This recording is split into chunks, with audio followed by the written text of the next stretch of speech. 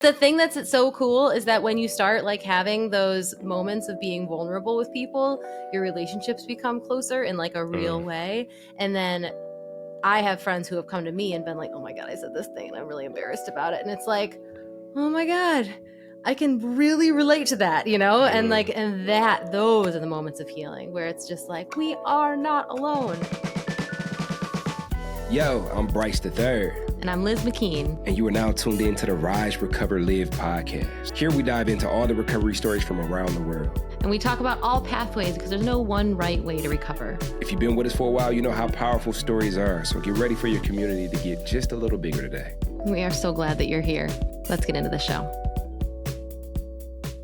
What's up, everybody, and welcome to the Rise, Recover, Live podcast. Dang, that was one of my old intros. We are your hosts, Bryce III and Liz McKean. That was. As you all can Central. tell, I'm a bit scattered. My little ADHD got me in a chokehold, boy. I don't know what happened, what I was trying to accomplish, but we got in the Zoom room about 45 minutes ago and just got around to pressing start because I want to be an innovator and I want to use different technology 2 minutes before it's time to record. So, Liz, first and foremost, I want to thank you for being a friend like the Golden Girls, because sometimes you just got to let that play its course. It's true. No, I'm with you. And secondly, how's your energy?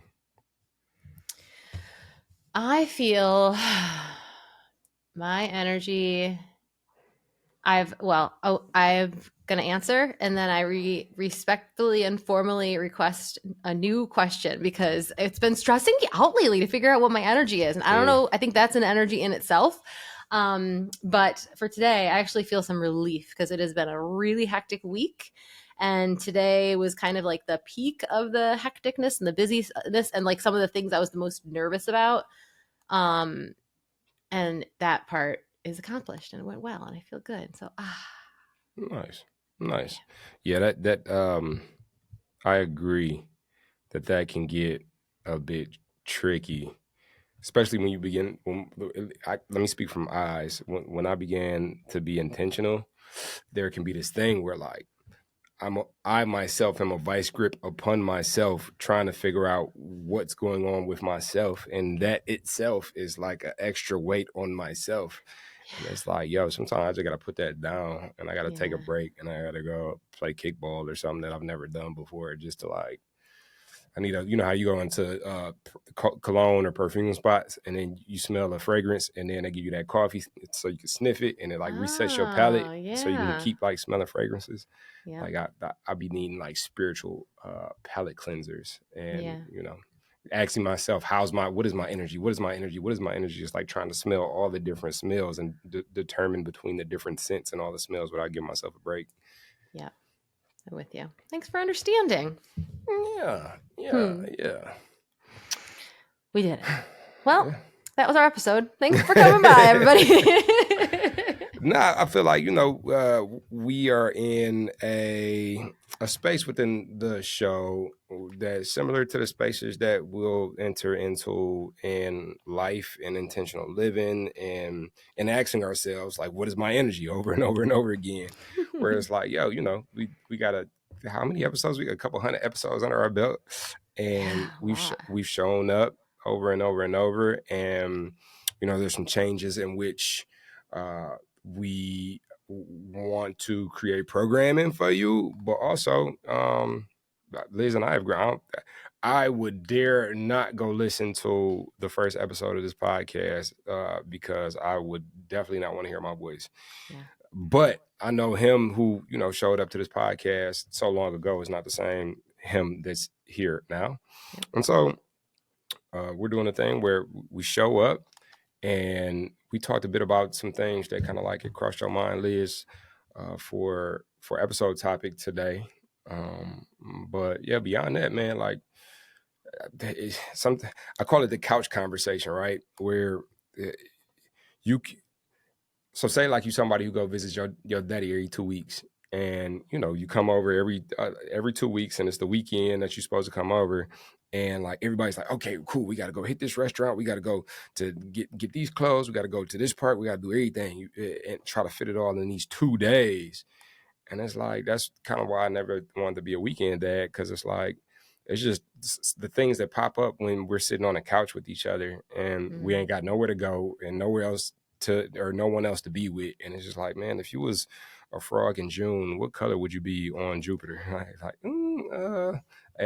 You just get to know people in a way that you never would have. And so those of you who have continued to show up to listen to the show, like, I feel like there's ways that you've come to know us, but maybe even come to know yourselves by continuing to show up with yourself under the guise of a recovery podcast. You know, every time you all show up here, I feel like it's like, okay, what can I learn about myself today? And what is something that's going to be shared that I'll be able to apply to myself in a way that I'm learning me today? Yeah. I'd like to respectfully and formally ask that the new question is not what color your frog would be in July on Jupiter, first of all. And second of all, I agree. Yeah. I think, the way when I teach yoga, I've probably said this on the podcast, but my favorite people to teach yoga to are people who are new to yoga / think they can't do yoga for whatever reason, maybe feel a little intimidated, because it could be intimidating, and certainly the way it's advertised. But and so sometimes I just say that, like, we're just going to stretch, we're just going to take a few deep breaths. Like, I've taught classes in certain environments where I've not even called it yoga, and then, but there's going to be some yoga in there. There's going to be like moments that I'm, creating an opportunity for you to, if you choose to step into it, like, maybe notice how you're feeling, maybe say something nice to yourself, maybe give yourself grace that you haven't. And maybe if we can do it on the mat, we can do it off the mat. And I think of it as like sneaking spinach into my smoothie. Like, this tastes like a milkshake, man, but I'm getting my vegetables. And I think that's the case in a lot of places where we show up and it's like, okay, I can show up in this way. This is what I got in me. And there's just things that you get out of it that you didn't expect. And even if, you plug in a podcast, even if it's just because it's like you're bored on a long drive, it's like, there's spinach in this smoothie. Yeah.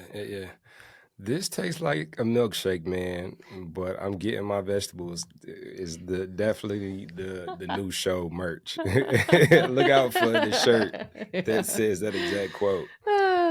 And I know, so I'm about to put you on the spot.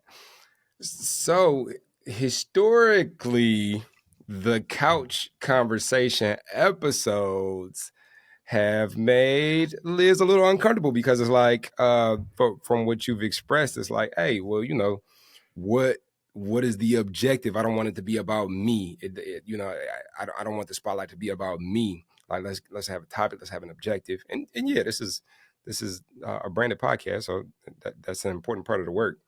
And the nature of what we're here to talk about, which is recovery, which is the building a relationship with ourselves, which is learning how to show up for ourselves, however it is that we show up for ourselves. I think that there's an appropriate nature to have a couch conversation of an episode. But why do you think, like, where do you think that might come from somebody who may experience that, where it's like, I give other people the opportunity to take the couch, but maybe sometimes I'm a little bit hard on myself to, like, really have an objective and really know what it is that I'm doing here. Like, I need to know. Yeah, like, it needs to be of service, and it needs to be clear that that is happening. It needs to be very clear that I don't think that I'm the most important voice to be heard, and I need to make sure that I know it and you know it and everybody else knows it. Yeah, I mean, I'm sure we could probably have a whole, therapy session about it. But, something that we've talked about recently is how you show up, kind of the value in being able to show up as yourself in all the spaces that you show up in. And I feel like the things that end up changing my life the most are the ones that when I hear them, it's like I feel like this is like, duh, and also my mind is blown, and that's one of them, where I don't think I've ever felt that way. Like, my whole life I've felt like, assess the situation, assess the outside, assess what is needed here, and then pick what what the version of me needs to be here in order to serve the purpose, you know? Mm, And I think, you know, and then again, we could do a whole therapy session about this, but I, you know, I can think of times in the past, like, you know, even back to childhood, but throughout life. And this is not unique to me, where, you know, I've shown up in a space and had my guard down, you know, and just been whatever the heck is there, you know, like I'm not, you know, playing my words over in my head before they come out of my mouth. It is just like what you see is what you get. And it's been rejected, or at least my mm, perception of it has been, you know, or, you know, like I have gotten feedback about, like, you know, tone it down, or it's not about you, or think, you know what I mean? And like, I think there's just little parts of me, and I think we all do this, where like things that we get feedback along our lives that we cement, that for whatever reason we decide, like, oh, this memo, I'm gonna laminate it, you know what I mean, because I want to make sure this never goes anywhere. And those are the kind of pieces of things that I do tend to hold on to. And also, when I show up in a way that I know is going to be helpful in that situation, even if it doesn't really feel right for me, um, is celebrated in so many ways. And so I mm, think the further I've gotten into my recovery, the more I've learned to recognize that, because I also think over time that becomes so automatic that it doesn't even occur to me that, like, this isn't actually like that I'm just like putting on a show, you know, I'm putting on whatever, you know, mask or whatever it is. Um, and I'm actually really grateful that I have that ability, because I think sometimes it really can be of service to be like, this is the way I need to show up right now. yeah. Um, and also it becomes less helpful when it's not something that I'm conscious of, and when every space in your life becomes something, another mask, and there's no spaces to just like hang out on the couch and talk about frogs on Jupiter. And Mhm, um and I'm looking around my life right now, and I think more and more there are a lot of spaces that I can do that in. And then there's that next level that I become aware of it, and then it's like, oh crap, reel it in. Oh boy, people can see me. You know what I mean? And I think mm, that's happened a lot of times on this podcast. And I look back over our shows about the times that I've like showed up as all me, and then had like a super like vulnerability hangover about that. And then like been a little bit more cautious, and then showed up as me. And it's just like, it's amazing. And that hasn't been as a result of feedback. That's only within me. And the places I feel the most at risk of being seen is when it's just you and me. Even right now in this very minute, I'm like, oh my God, Elizabeth, you have talked for way too long. Everyone thinks you're stupid. Stop it. And I know that I'm in a safe place. I'm with a person I trust. The people who are listening are doing it on purpose. You know what I mean? Like, mm, and they can stop if they want to. So to answer your question in as many words as I possibly can fit into this little segment that we're doing, I think there's a lot of layers to it. And I also think the fact that we've done this podcast for this long has been a really helpful tool in working through it. So mm, thank you, you and listeners, and yeah, like for all the experiences that have come mm. before. Yeah, that vulnerability hangover is that's an interesting term. I I love it when you get to diving in and getting all personal, because I know that there are people that you speak to that I just don't, you know, and they listen to the show now, or they'll find this show because of the evergreen nature of the content that we make, and hear this episode and find community because, like, you just shared what you just shared, you know. Um and I I can. So I, I'd be curious to learn how you show up for those moments where after the fact it's like, yo, I got super naked. I how do you continue to press forward and continue to get vulnerable? And, and as an addition to that question, what about those times where it's not just you ruminating in your head that causes the vulnerability hangover, but like it does happen where there's still spaces that we step in and, you know, you get popped. Nope, no, too loud, too you. This isn't the space. This is Mm-hmm. that's too much you. How do you show up for that now versus how you used to show up for it? I think I notice it. You know, like I'm aware that that is happening. I'm aware that I'm having a reaction to that, because I think in the past I've been so uncomfortable with discomfort, you know, and there's so many things like that that I'd be like, therefore I drank, you know, because this was uncomfortable, therefore I didn't want to feel uncomfortable. And now that Mm, I feel uncomfortable and just have no other option but to feel uncomfortable. I'm able to start sorting through it. It's taken all these years to, sort through and find where those little pieces of discomfort lie. There's still times that I will have to reach out and ask for a lot of reassurance. I've definitely done that to you. Where I'm just worried that this came off this way. Is this okay? And I need somebody to tell me I'm okay. I'm better now at more often than that. I will be able to do that internally. And there's times that I just feel really uncomfortable and it takes a few days to recover. And I just hide a little bit until then. I think having the people in our lives that we can make that phone call to, like, hey man, I said such and such. Like, what do you think about that? Or, hey, I didn't expect for the reaction to what I shared to be such and such. Like, can we talk about it? I think that's a dope thing to have, but that could also be. We was reading a big book in my big book study in my recovery group, and there's this chapter called "To Wives," and it's one of those chapters where, like, depending on what meeting you at, we're not gonna just talk about the chapter. We're gonna talk about who wrote the chapter, all this other stuff. But there's a thing in there it's like when your husband is getting uptight and you all are arguing, say, hey, this seems to got a bit heated here. Let's just walk away and come back later. And it's like, that's cute. And life doesn't always deliver that. I've had that experience. I continually have that experience now where it's like, hey, like, I don't want to talk about this anymore. Let's go like play tag, know, and then do that too. But some people might not have access to that. And so, like you said, taking that space, that awareness, I'm sure is one of those things that I can use now, regardless of what my situation is and what my community looks like and what places I have to go. And like that awareness can even inform what it looks like to develop those things in our lives. Yeah. And it's a forever evolving process. Because I've even had the thing where I've asked for that reassurance and then afterwards been like, oh my God, I shouldn't have asked for that reassurance. They probably think I'm so stupid.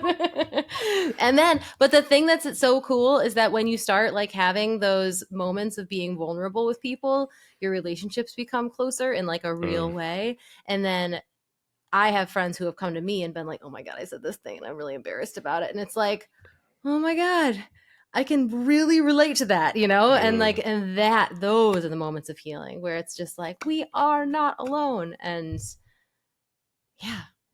and I wouldn't have gotten to the point that I have a person who would come to me and say that if I hadn't shown myself to them. And so it's like, the gifts are so great. Yeah. And I want to piggyback off of that real quick. And I know before you do, I got somebody waiting for. Yeah. Oh, I'm sorry. Okay. It's time. So we about to get up out of here.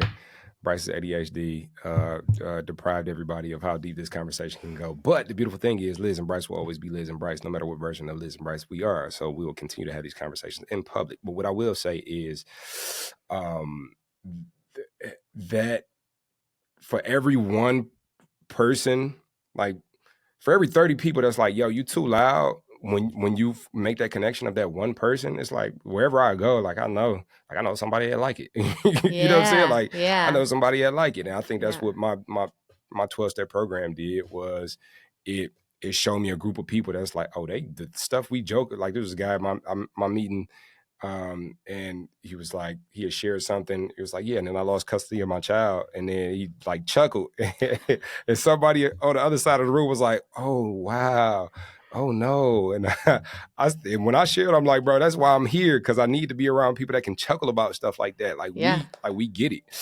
But yeah, we gotta go because Liz gotta go because Bryce did what he did and now it's my fault. So I'm sorry guys, we'll dig deeper next time, but thanks for having this couch conversation with Liz and I today. Love you. And let us know what type of frog you'd be if you were born in Saturn on a Saturday at 9 a.m. Or don't. It's up to you. We love you either way. On the Rise Recover Live podcast.